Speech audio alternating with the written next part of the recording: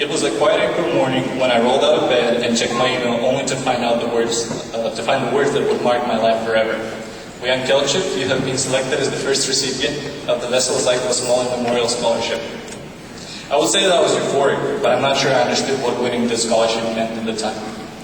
And I don't think my parents did either.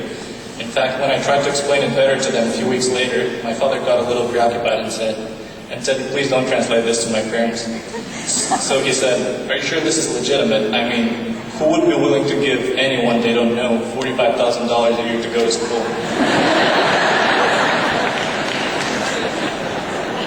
So despite our uncertainties, however, soon enough, I got on a plane for the first time in my life en route for San Diego. It took me about 24 hours to get here, but it was all worth it. When two students from the International Student Organization welcomed me at the airport with a big sign saying, Boyan Kelchev, welcome to USD. I didn't know what to expect from my first day in the United States. I knew it was going to be different, but I didn't expect it to be that different.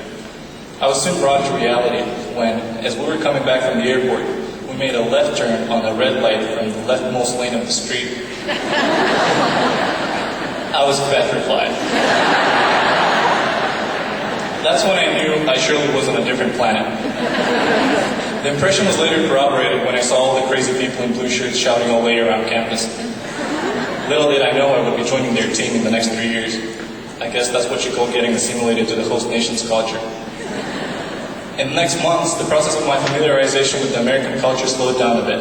I was only taking 4 classes, but reading history and sociology lessons in English proved a little more time-consuming than I had expected.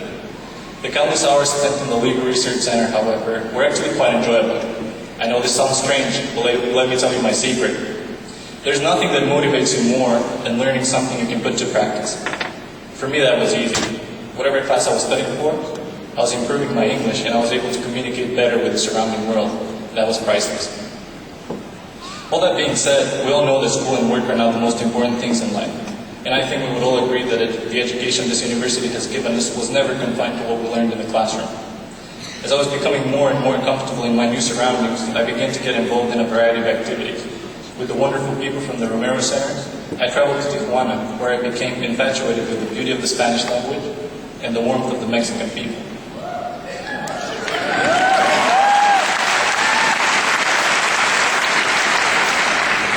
New passions grew in my heart, passions I would have never been able to pursue had I not come to USD. In my sophomore and junior years, I was able to travel to El Salvador and even go to Spain, where I participated in the study abroad program. My USD education was allowing me to learn about new cultures and people. Little by little, I was starting to feel like a citizen of the world. It was great. Traveling internationally, however, as you all know, is expensive. So I'm glad that I didn't always have to go too far to become more culturally aware. During my 4 years here, I had the privilege to be involved in the International Student Organization. This made me a part of a truly diverse community of people from all around the world. The conversations we've had over coffee and tea during our weekly gatherings are forever going to be among the greatest memories of my college experience. It has been truly inspirational to share a part of my life with people with such distinct perspectives on life. Many of you sitting here today. Now, after talking so much about myself, it's about time I get to the second aspect of this day I wanted to talk to you about. Today, May 24th, 2009, is a day to be humble. See, some people say humble is the opposite of proud. I beg to disagree. As proud as I am today of my own accomplishments, the thought of what all of you have achieved in the past 4 years can bring me nothing but humility. As I reflect back on my experiences at USD, I cannot help but remember all the humbling moments when your stories made me realize how much more I have to learn and mature. Just give me a second here.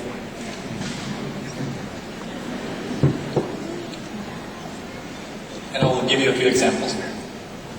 I greatly admire all the athletes among you. Your discipline and ability to manage your time and perform under stress has always amazed me. Whenever I find myself thinking there is not enough time in the day for all the work I have to do, I'm reminded of you.